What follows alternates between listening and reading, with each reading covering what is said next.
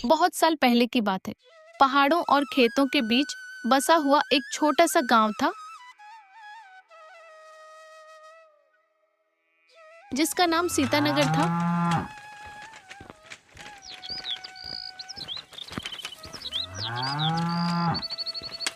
नाम जितना शांत लगता है, जिंदगी उतनी ही कठिन थी यहाँ।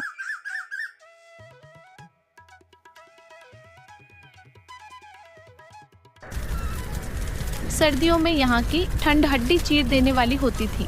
ऐसी ठंड जो सिर्फ बदन नहीं, इंसान के हौसले भी जमाने लगती। सीतानगर के लोग सीधे साधे थे। सुबह सूरज के साथ उठना और शाम को थके हुए कदमों से घर लौटना, बस इसी में उनकी पूरी जिंदगी सिमट जाती थी। इसी गांव के किनारे एक पुरानी सी झोपड़ी में रहता था गोविंद। गोविंद एक ईमानदार और मेहनती किसान। उसके घर में उसकी पत्नी माधुरी, बड़ा बेटा चिंटू और छोटी बेटी गुड़िया रहते थे।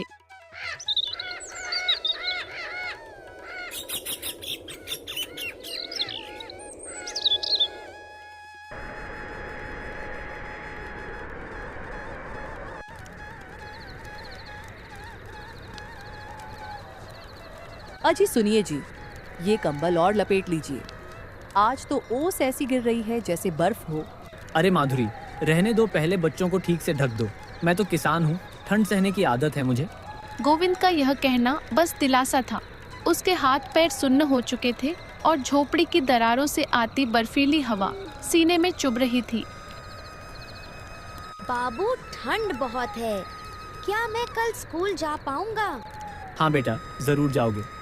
बस भगवान मेहरबान रहे। माधुरी गोविंद की तरफ देखती है। उसकी आंखों में वो डर साफ था जिसे वह बच्चों से छिपाने की कोशिश कर रहा था।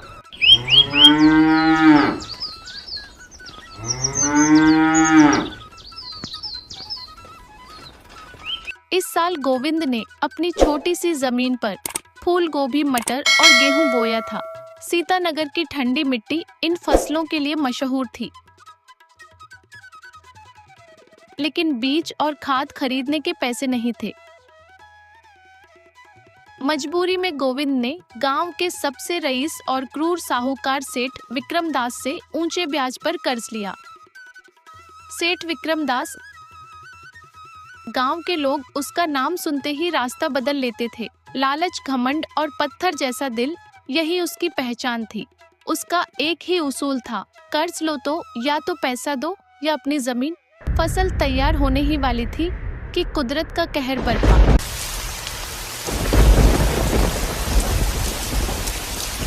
3 दिन और 3 रात लगातार बेमौसम बारिश हुई। मटर गल गई, गोभी सड़ गई और गेहूं की बालियां मिट्टी में मिल गईं। गोविंद की साल भर की मेहनत उसकी आंखों के सामने बह गई। हे भगवान, ये क्या अनर्थ किया। अब मैं अपने बच्चों को क्या खिलाऊंगा, सेठ का कर्ज कैसे चुकाऊंगा।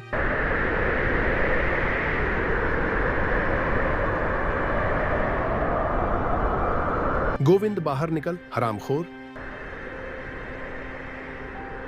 सेठ जी, सब बर्बाद हो गया, कुदरत ने मार दिया। थोड़ा वक्त दे दीजिए, मैं मजदूरी करके पाई पाई चुका दूंगा।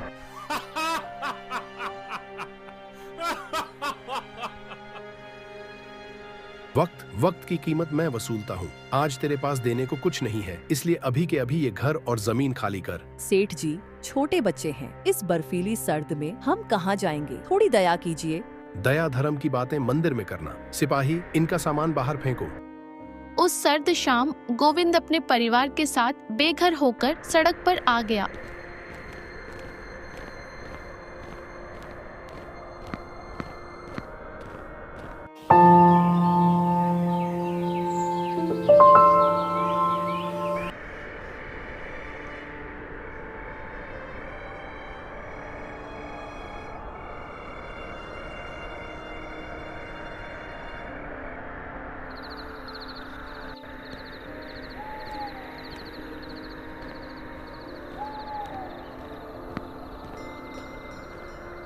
उसी शाम गांव के नुक्कड़ पर गोविंद की मुलाकात अपने पुराने दोस्त महेंद्र से हुई।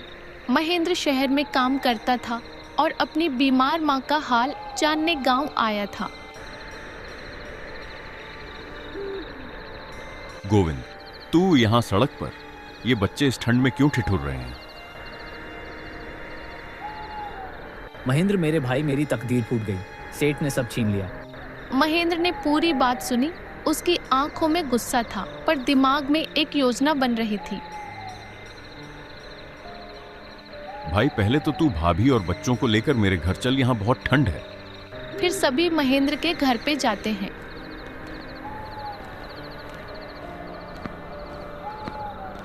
महेंद्र और गोविंद दोनों साथ में बैठे हैं। भाई, अब क्या करूं? सब कुछ बर्बाद हो गया। गोविंद, रोने से सेठ का दिल नहीं पिघलेगा। ऐसे भेड़ियों को हराने के लिए खुद शिकारी बनना पड़ता है। लेकिन मैं क्या करूंगा भाई? मैं तो जमींदार का कुछ कर भी नहीं सकता। तुम नहीं, मैं करूंगा। अब शतिर दिमाग का खेल शुरू होगा। गोविंद, सेठ विक्रमदास को पैसा नहीं, सिर्फ अंधा लालच चलाता है, और हम उसी लालच को उसका काल बनाएंगे।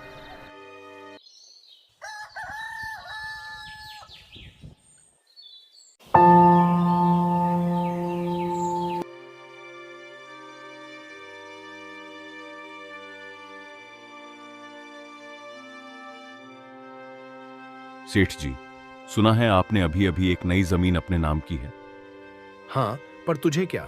सेठ जी, मैं पुराने खजानों का जानकार हूं। जिस जमीन पर गोविंद की झोपड़ी थी, उसके नीचे सदियों पुराना एक मंदिर दबा है। वहां अष्टधातु की प्राचीन देवी की मूर्ति है। अगर वो मिल गई तो आपकी 7 पीढ़ियां राज करेंगी।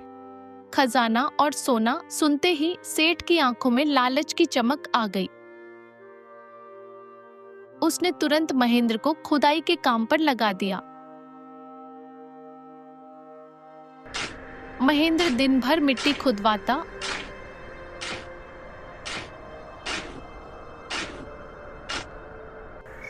और रात को उसी जमीन पर सोता।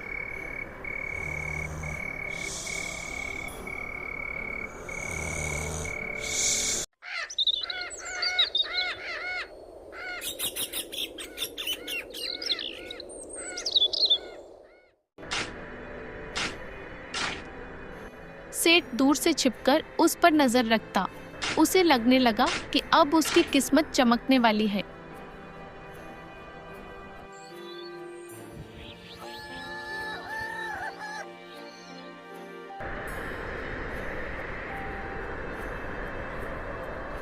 महेंद्र ने पहले से ही मिट्टी और कुछ धातुओं से एक प्राचीन दिखने वाली मूर्ति तैयार कर रखी थी।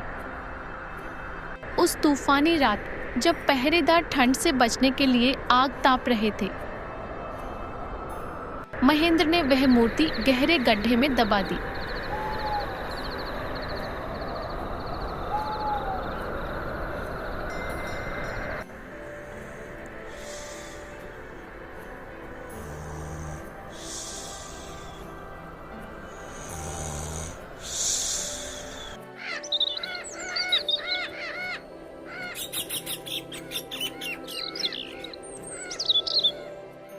सेठ जी, चमत्कार हो गया। रोशनी दिख रही है, जल्दी आइए। कहाँ है मेरी देवी? ये देखिए सेठ जी, जमीन से सोना चमक रहा है।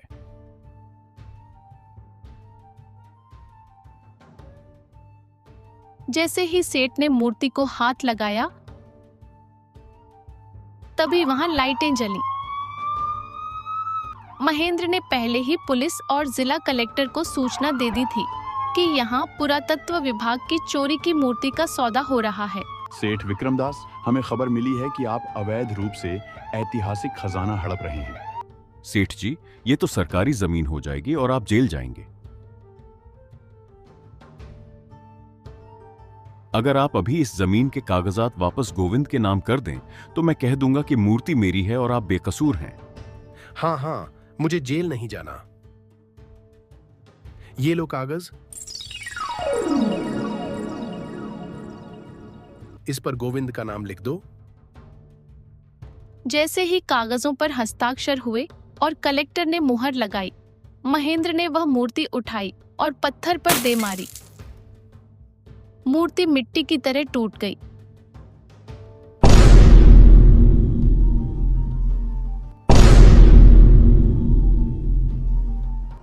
ये क्या? ये तो नकली है। जी हाँ साहब, मूर्ति नकली है।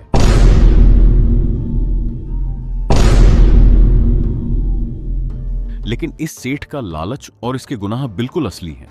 इसने कर्ज के नाम पर कई गरीबों की जमीनें हड़पी हैं। सेठ विक्रमदास को धोखाधड़ी और जालसाजी के आरोप में गिरफ्तार कर लिया गया। उसकी हवेली पर सरकारी कब्जा के आदेश हुए ताकि गांव वालों का पैसा लौट आया जा सके।